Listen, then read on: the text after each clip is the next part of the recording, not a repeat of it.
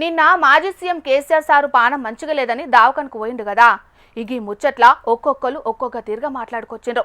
కాకుంటే డాక్టర్లు మాత్రం షుగర్ లెవెల్స్ పెరిగినాయి, సోడియం లెవెల్స్ తగ్గినాయి, ఏం తక్లీఫ్ లేదని చెప్పిండ్రు.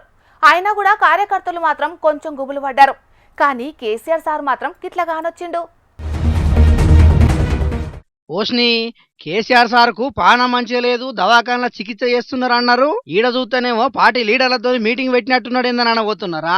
కేసీఆర్ సారు దవాఖానలో చికిత్స చేయించుకుంటున్నది నియమే, లీడర్లతో ముచ్చట పెడుతున్నది కూడా నియమే. పానంలా సుస్థిగా ఉన్నదని కేసీఆర్ సారు నిన్న యశోద దవాఖానకు పోతే అక్కడి డాక్టర్లు బెడ్ కుంచుకుని ట్రీట్మెంట్ చేస్తున్నారు.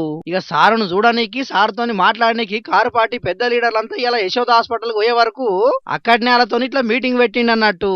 చూస్తుంటే ఏ తెలంగాణ భవన్లనో లేకుంటే ఫామ్ హౌస్ లను లీడర్లందరినీ పిలుచుకొని మాట్లాడినట్టే అనిపిస్తున్నది గాని కాదు దవాఖానలనే ఇట్లా ముచ్చట పెట్టిండు కేసీఆర్ సారు. ఈ మీటింగుల రాష్ట్రంలో ఉన్న పరిస్థితులు, రైతులకు యూరియా ఎట్లా దొరుకుతున్నది, రైతులు ఏమన్నా తిప్పల పడుతున్నారా, వ్యవసాయ పనులు ఎట్లా నడుస్తున్నాయి, సాగునీరు పరిస్థితి ఏంది, ప్రజలకు ఇంకేమన్నా తక్లీఫ్లు ఉన్నాయా ఏందా అనేది లీడర్లను అడిగే తెలుసుకున్నాడట.